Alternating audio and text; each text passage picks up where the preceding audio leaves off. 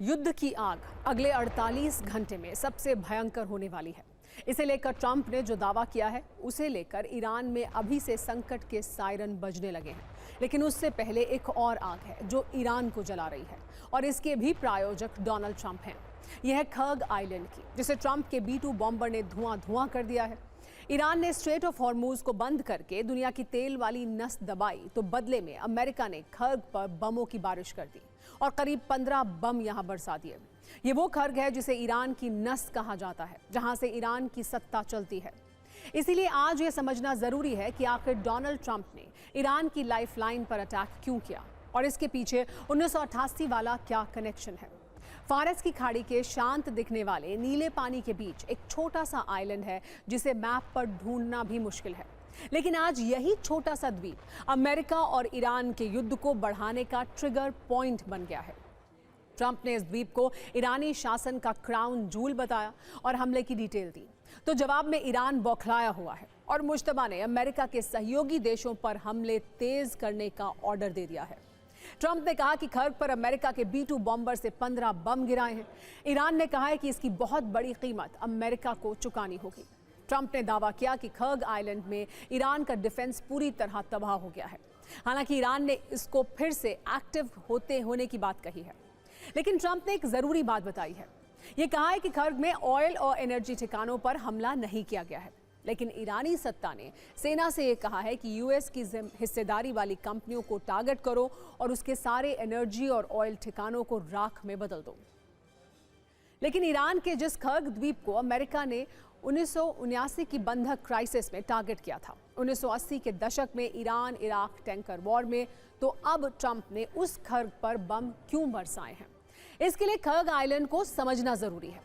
खर्ग फारस की खाड़ी में मौजूद एक छोटा सा द्वीप है और यह सिर्फ 25 से 30 किलोमीटर के दायरे में फैला हुआ है। खर्ग की आबादी सिर्फ 4 से 5 हजार के करीब है और इनमें स्थानीय मछुआरे ज्यादा हैं। खर्ग आइलैंड में समुद्र के नीचे पाइपलाइन बिछी हुई है और इन्हीं पाइपलाइंस के जरिए कच्चा तेल यहाँ तक पहुंचाया जाता है और इसके बाद बड़े बड़े टैंकर्स में भरकर अलग अलग देशों में इसे भेजा जाता है। खर्ग में 200 से 300 लाख बैरल कच्चा तेल भंडार करने की क्षमता है। आंकड़ों के अनुसार रोजाना लगभग 70 लाख बैरल तेल की लैंड लोडिंग यहां मुमकिन है, क्योंकि इस खर्ग द्वीप के आसपास समुद्र की गहराई करीब 70 मीटर है। इसीलिए दुनिया के सबसे बड़े तेल टैंकर यहां तक आसानी से पहुंच जाते हैं। यहां से निकला तेल दुनिया की आपूर्ति का लगभग 2 से 3% हिस्सा ही है, लेकिन ये ईरान के लिए बहुत अहम है। फिर भी अगर यहां से तेल की आपूर्ति रुकी तो कीमतें तेजी से बढ़ेंगी और इसका बड़ा असर एशिया और यूरोप के देशों पर होगा।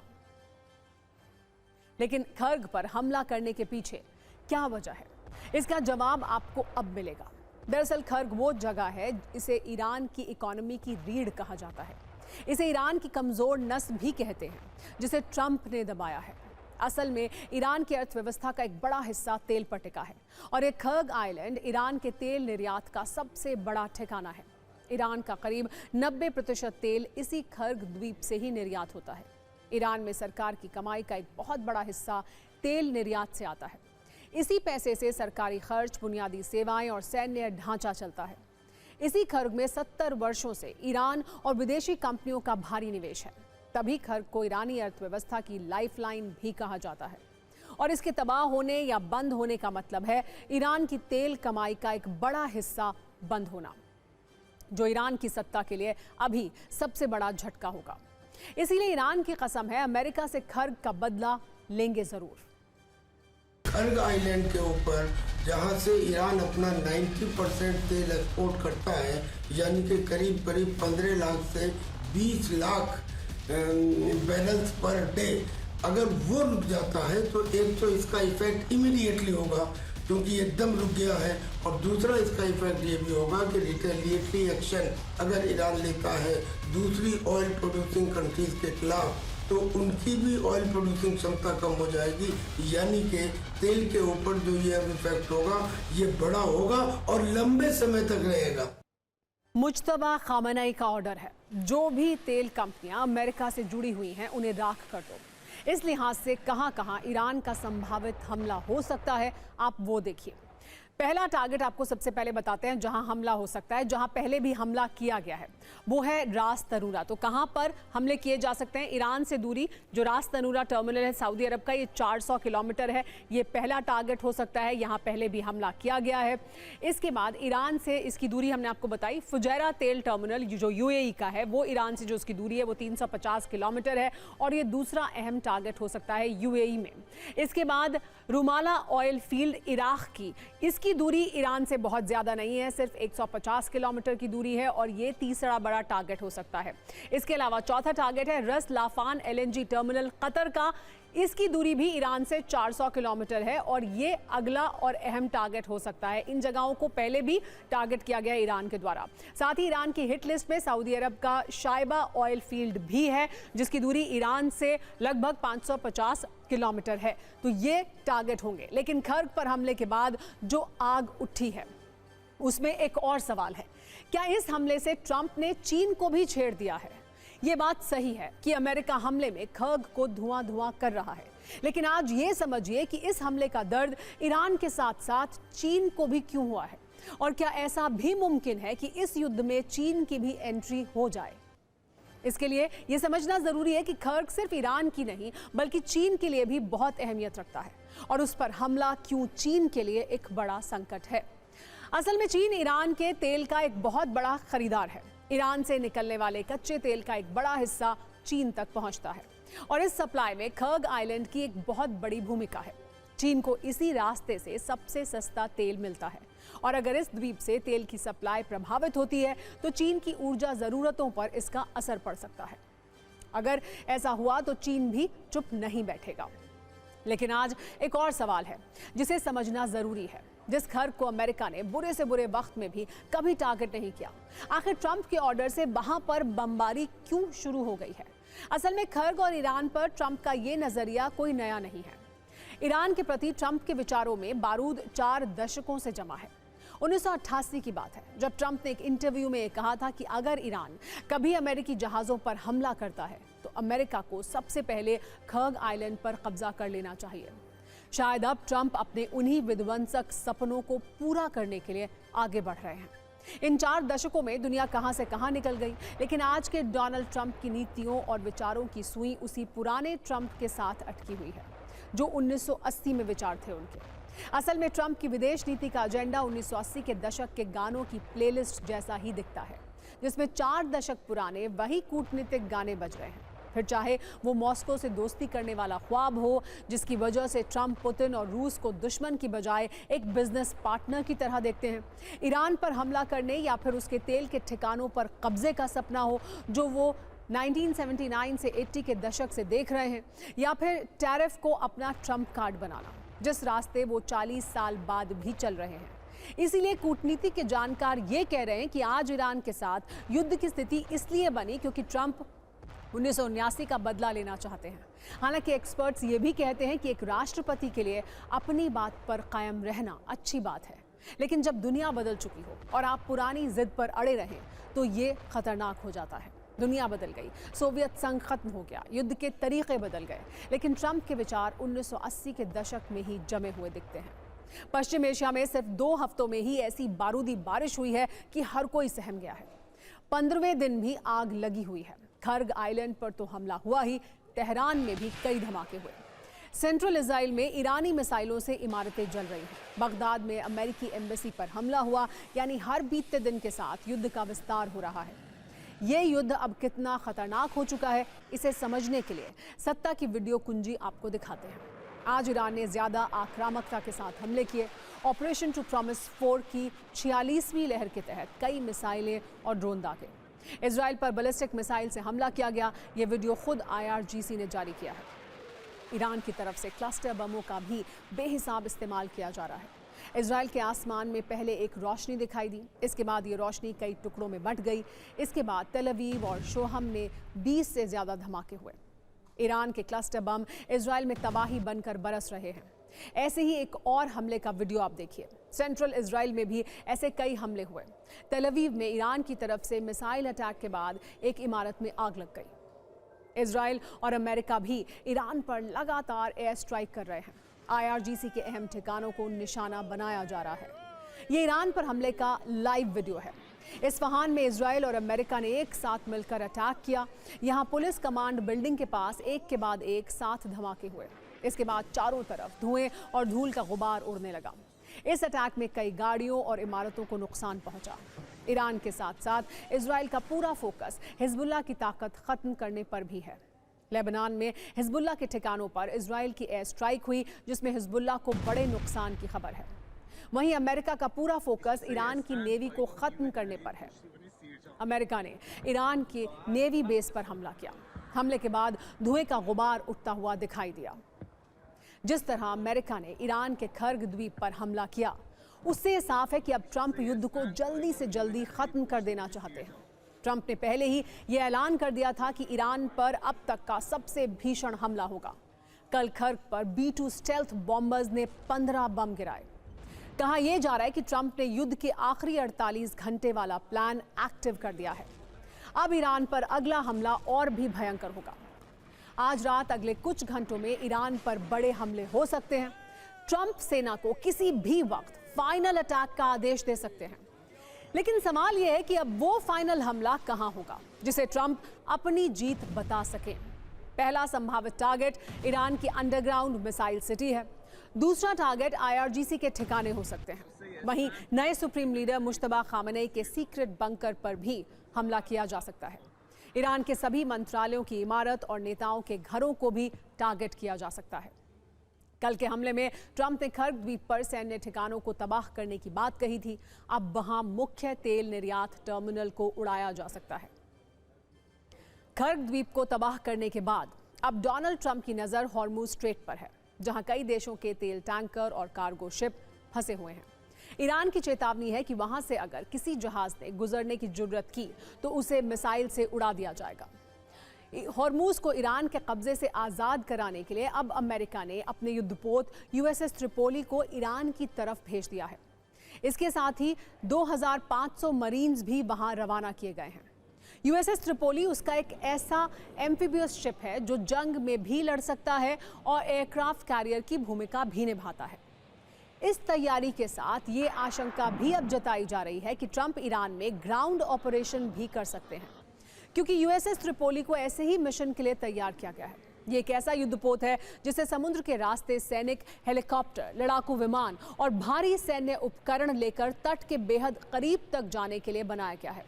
आसान भाषा में कहें तो ये युद्धपोत उस स्थिति में बहुत कारगर साबित होता है जब हवाई हमले से ज्यादा जमीनी या समुद्री लड़ाई के लिए सीधे सैनिकों को उतारना पड़े।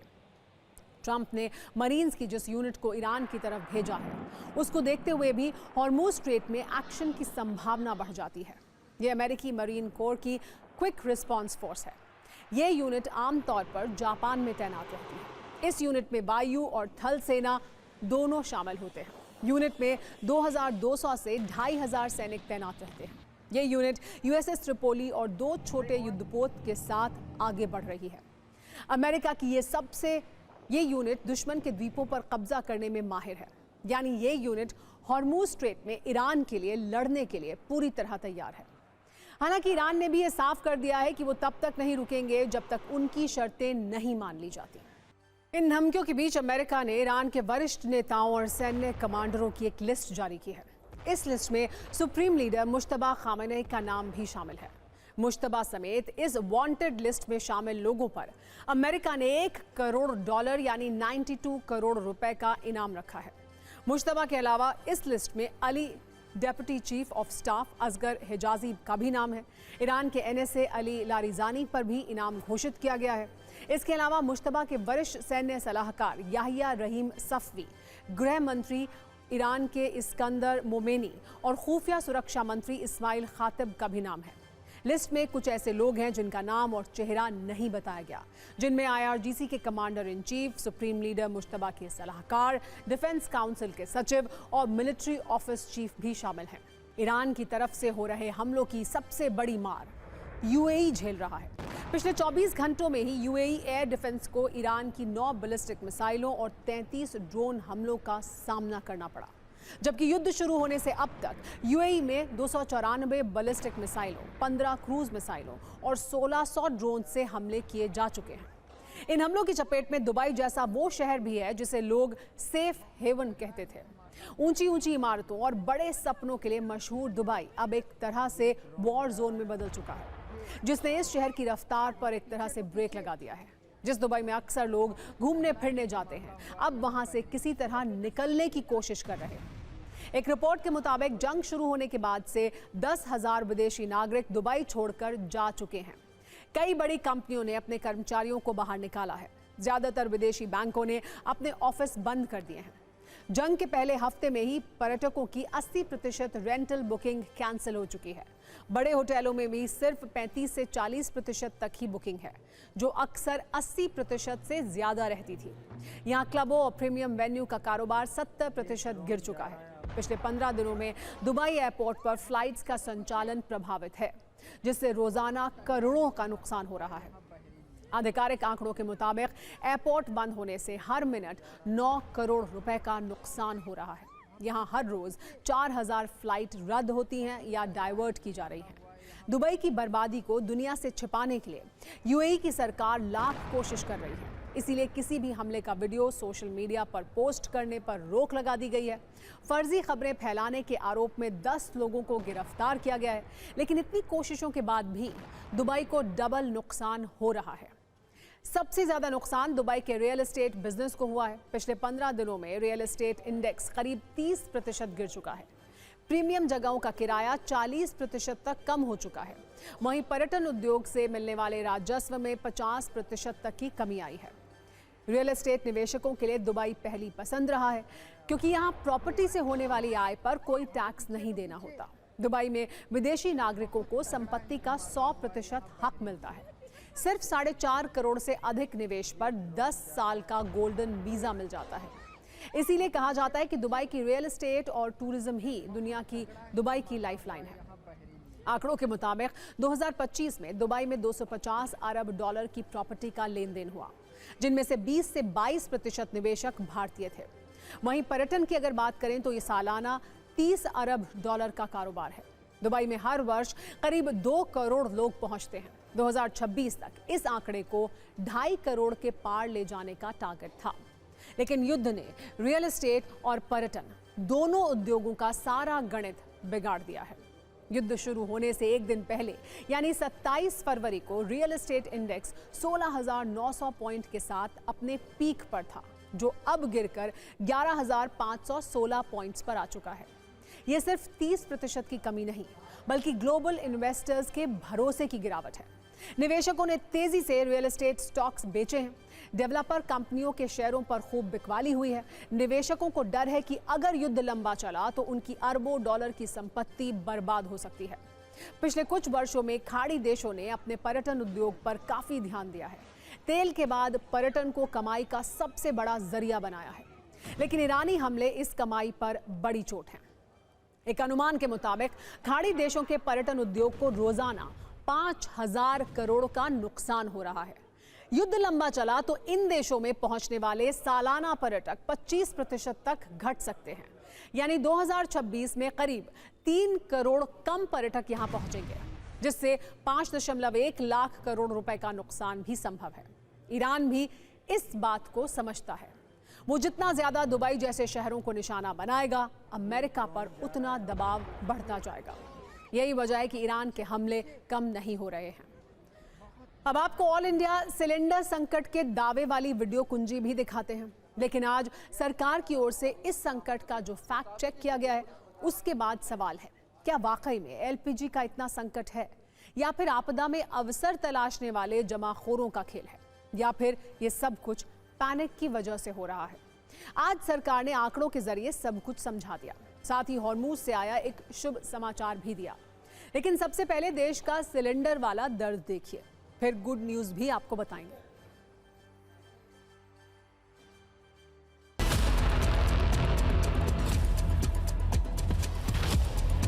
मेरी बुकिंग जो है ना 5 तारीख का मेमो काटा है, कैश मेमो, होम डिलीवरी का। मैंने 2 बार इनको कंप्लेंट भी करती, आ जाएगी गैस, आज तक नहीं पहुंची। आज आया हूं तो मैंने बोला गैस तो कहते लाइन में लग जाओ।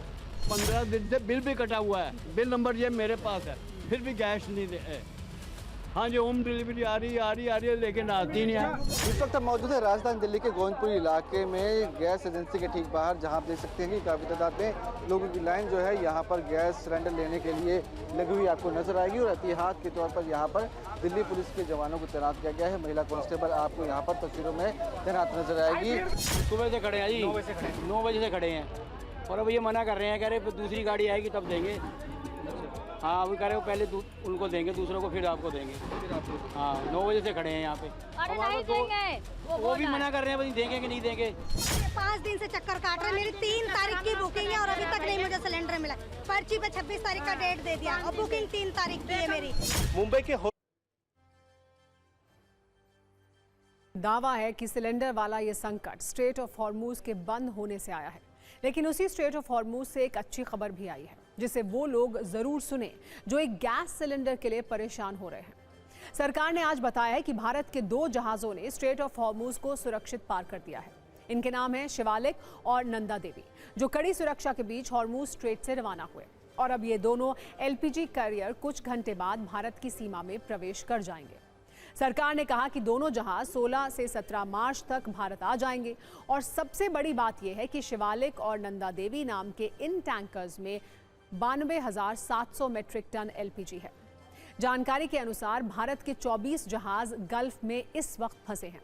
इनमें 6 पर एलपीजी, 1 पर एलएनजी और 4 शिप पर कच्चा तेल है। लेकिन शिवालिक और नंदा देवी का स्ट्रेट ऑफ हॉर्मूज से निकलकर भारत की ओर बढ़ना शुभ संकेत है। सरकार ने आज ये भी स्पष्ट किया कि देश में ना तो एलपीजी की कमी है ना तेल की, इसीलिए लोगों को घबराने की जरूरत नहीं है। हमारा जो एवरेज बुकिंग है वो लगभग 50-55 लाख बुकिंग पर डे है, लेकिन अगर आप देखें कि पिछले कुछ दिनों में booking has increased to 75-76 lakh also. जो घरेलू हमारे कंज्यूमर हैं, उपभोक्ता हैं, उनको अनइंटरप्टेड सप्लाई एंश्योर की जा रही। और अब देश की एक और ऐसी खबर आपको बताते हैं जिसे सुनकर कुछ देर के लिए आप भी चौंक जाएंगे। खबर यह है कि पर्यावरणविद सोनम वांगचुक जेल से रिहा हो गए हैं। जिन सोनम वांगचुक को कुछ दिन पहले तक देश की सुरक्षा के लिए खतरा बताया जा रहा था, उन्हें केंद्र ने तत्काल रिहा करने का आदेश जारी किया। लेह हिंसा के बाद जिन्हें एनएसए यानी राष्ट्रीय सुरक्षा कानून के तहत गिरफ्तार किया गया था, अब ये धाराएं हटाकर जेल से उन्हें रिहा कर दिया गया। वो 6 महीने से राजस्थान की जोधपुर जेल में बंद थे। उनके भाषणों को भड़काऊ बताकर उन्हें जेल में ही रहने की दलीलें दी जा रही थी और अब वो आजाद हैं। इस पूरी रिहाई की इनसाइड स्टोरी समझने के लिए आपको फ्लैशबैक में जाना होगा। 2025 में लद्दाख को पूर्ण राज्य का दर्जा देने और संविधान की 6ठी अनुसूची में शामिल करने की मांग पर लेह में शांतिपूर्ण प्रदर्शन चल रहे थे और उनमें अचानक हिंसा भड़क गई थी। इन हिंसक प्रदर्शनों में 4 लोगों की मौत हुई थी और 22 पुलिस कर्मियों समेत 45 लोग घायल हुए थे। इसके 2 दिन बाद 26 सितंबर 2025 को सोनम वांगचुक को एनएसए के तहत हिरासत में लिया गया था। फिर उन्हें लेह से सीधे जोधपुर जेल लाया गया था। तब से वो इसी जेल में बंद थे। इस दौरान ऐसी खबरें भी सामने आई थी कि जेल में बंद सोनम वांगचुक की हालत बिगड़ गई है, जिसके बाद उनकी पत्नी ने सुप्रीम कोर्ट में एक याचिका दायर की थी। 4 फरवरी 2026 को उस याचिका पर सुनवाई करते हुए सुप्रीम कोर्ट ने केंद्र सरकार से वांगचुक को एनएसए के तहत हिरासत में लेने के अपने फैसले पर पुनर्विचार करने को कहा था। हालांकि इसके बाद अगली ही सुनवाई में सॉलिसिटर जनरल तुषार मेहता ने कहा था कि सोनम वांगचुक को रिहा नहीं किया जा सकता। समय समय पर उनकी जांच की गई है और वो पूरी तरह फिट हैं। पिछले 5 महीने में ये केस 24 बार कोर्ट में लिस्ट हुआ और पिछले 1 महीने के अंदर केंद्र सरकार के अनुरोध पर 2 बार इसकी सुनवाई टाली गई। हाल ही में 2 बार सॉलिसिटर जनरल की बीमारी और उससे पहले वांगचुक के भाषणों की जांच पर जवाब तैयार करने के लिए आवश्यक समय का हवाला देते हुए सुनवाई टालने की मांग की गई थी। 26 फरवरी को भी केंद्र सरकार के अनुरोध पर सुनवाई स्थगित कर दी गई थी। 10 मार्च को याचिकाकर्ता की तरफ से पेश हुए वकील कपिल सिब्बल ने बार-बार सुनवाई टालने की मांग पर आपत्ति जताई थी। उन्होंने कहा था कि ऐसा करके सरकार पूरे देश में एक गलत संदेश भेज रही है। तब जस्टिस अरविंद कुमार और जस्टिस पी.बी. वराले पीठ के संकेत दिया था कि वो आगे सुनवाई नहीं टालेंगे और मामले को 17 मार्च तक के लिए स्थगित करते हुए अगले सप्ताह के लिए अपना आदेश सुरक्षित रख लिया था। इसके अलावा 16 फरवरी को सुप्रीम कोर्ट ने केंद्र सरकार द्वारा पेश किए गए दस्तावेजी सबूतों पर असंतोष जताया था। कोर्ट ने सरकार से वांगचुक के बयानों का वास्तविक और सटीक ट्रांसक्रिप्ट मांगा था। बेंच ने additional solicitor general KM Nataraj से कहा था कि आपका अनुवाद 7 से 8 मिनट का है, जबकि मूल भाषण केवल 3 मिनट का है। हम आर्टिफिशियल इंटेलिजेंस के युग में हैं, जहां अनुवाद की सटीकता कम से कम 98% होनी चाहिए। हमें वास्तविक भाषण का सही अनुवाद चाहिए। वहीं वरिष्ठ वकील कपिल सिब्बल ने कहा था कि वांगचुक के नाम पर ऐसे शब्द जोड़े गए हैं जो उन्होंने कभी कहे ही नहीं। इस मामले की सुनवाई 17 मार्च को होनी थी, लेकिन उससे ठीक 3 दिन पहले सोनम वांगचुक को जेल से रिहा करने का आदेश आ गया। उनकी रिहाई पर गृह मंत्रालय की तरफ से एक बयान जारी किया गया। सोनम वांगचुक निर्धारित हिरासत अवधि का लगभग आधा समय पहले ही पूरा कर चुके हैं। सरकार लद्दाख में आपसी विश्वास का माहौल बनाने के लिए प्रतिबद्ध है। सभी पहलुओं पर विचार करने के बाद सोनम वांगचुक की हिरासत को तत्काल प्रभाव से समाप्त किया जा रहा है। अब सवाल यह है कि जब रिहा करना ही था तो फिर सोनम वांगचुक पर NSA क्यों लगाया गया? और अगर इतनी गंभीर धाराओं में इतने गंभीर आरोप के साथ हिरासत में लिया गया था तो फिर हटा क्यों दिया गया?